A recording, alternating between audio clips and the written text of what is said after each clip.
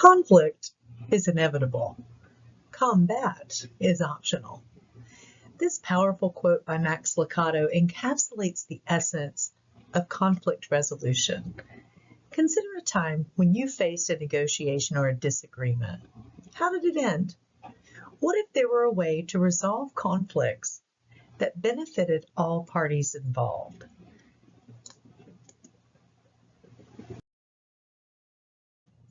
Today, I'm thrilled to share the insights from the seminal book, Getting to Yes, by Roger Fisher, William Ury, and Bruce Patton. This book revolutionizes how we approach negotiation and conflict. We'll explore concepts that can transform both your professional and personal interactions. One of the core principles in Getting to Yes is separating people from the problem. This concept urges us to view conflicts objectively without allowing personal emotions to cloud our judgment. It shifts our focus from personal attacks to addressing the actual issues at hand.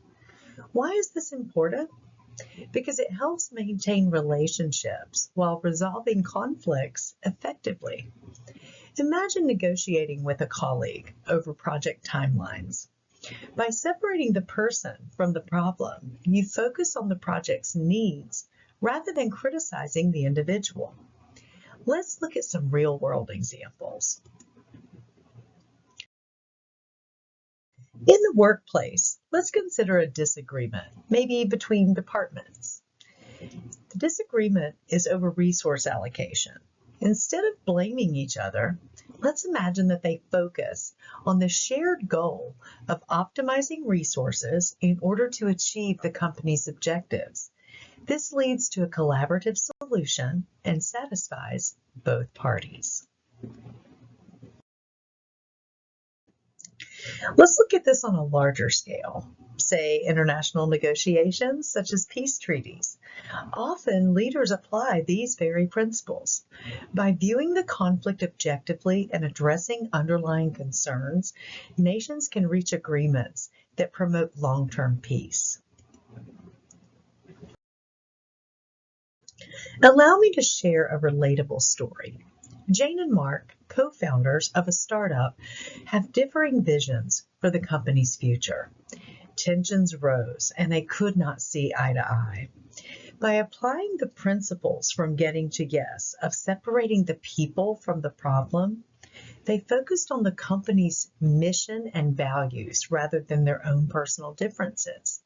This shift in perspective allowed them to find common ground and align their visions, ultimately leading to the company's success. To summarize the concepts from Getting to Yes, well, they're transformative. They shift our perspective on negotiation and conflict resolution, making it possible to achieve win-win outcomes. We can maintain and even strengthen relationships by focusing on the issues rather than personal attacks.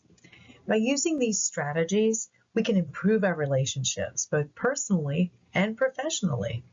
Leaders who can master these frameworks can easily navigate conflicts, fostering a collaborative and positive environment. The long-term benefits include enhanced communication, trust, and mutual respect. So how can you apply these concepts in your own life? Here are some actionable steps that you can take right now.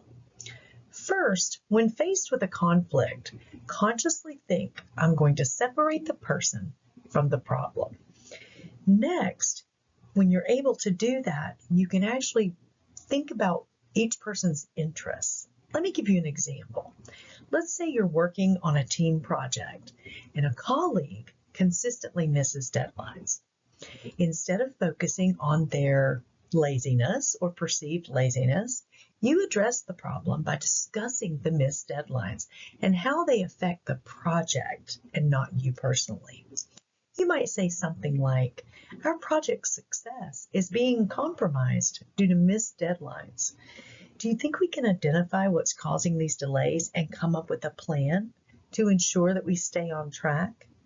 This approach depersonalizes the issue and fosters a more collaborative environment, helps everyone find a solution. Next, focus on the interests, not the position.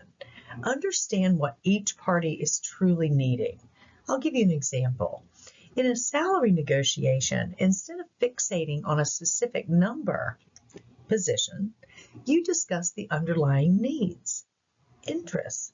You might say, I need to feel valued for my contributions and secure in my financial well-being. Can we explore ways to meet these needs, perhaps through a combination of salary, benefits, and maybe professional development opportunities? This will allow both parties to understand each other's motivations and work together to find a mutually satisfying solution. Third, brainstorm multiple options before deciding on a solution. Example, a couple is trying to decide where they're going to go on vacation. Fun, right? Not so fast. One wants a beach resort, position. The other prefers a mountain retreat, position.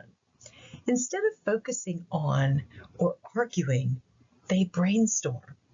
They think of various options like a coastal city with both beach and mountain activities, or a resort maybe that offers both environments. Or they can alternate vacations to satisfy both preferences. By generating multiple options, they increase the likelihood that they can find a solution that will satisfy both of them.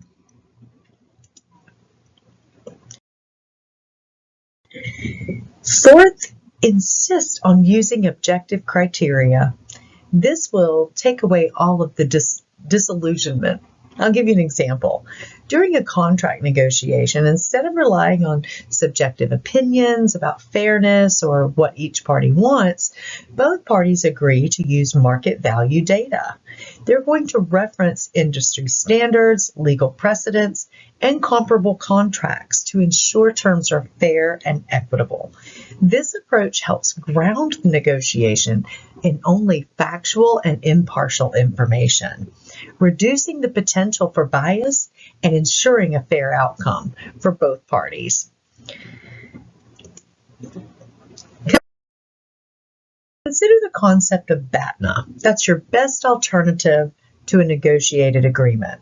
This idea encourages us to always have a fallback or an alternative plan that you can fall back to. And what that does, it provides confidence and a clear threshold for negotiation, ensuring that you don't settle for less than you deserve. Think of a time when you negotiated a salary. By knowing your BATNA, perhaps another job offer, you can negotiate more confidently, knowing that you had something to fall back on. That's what a BATNA is. It's alternatives to bring yourself to favorable terms in any negotiation. Another critical principle is objective criteria. Rather than negotiating based on subjective opinions, use standards such as market value, industry benchmarks, or legal precedents, like we said before. This can all lead to fair and impartial agreements. I encourage you to practice these strategies, whether at home, at work, or just in your community. By doing so, you'll not only resolve conflicts more effectively, but also build stronger, more meaningful relationships. As writer Josh McDowell says, it is more rewarding to resolve a conflict than to dissolve a relationship. Thank you for joining me today. Remember, conflict is inevitable, but with the right approach, combat is indeed optional. Let's strive for win-win outcomes in all of our negotiations. Thank you.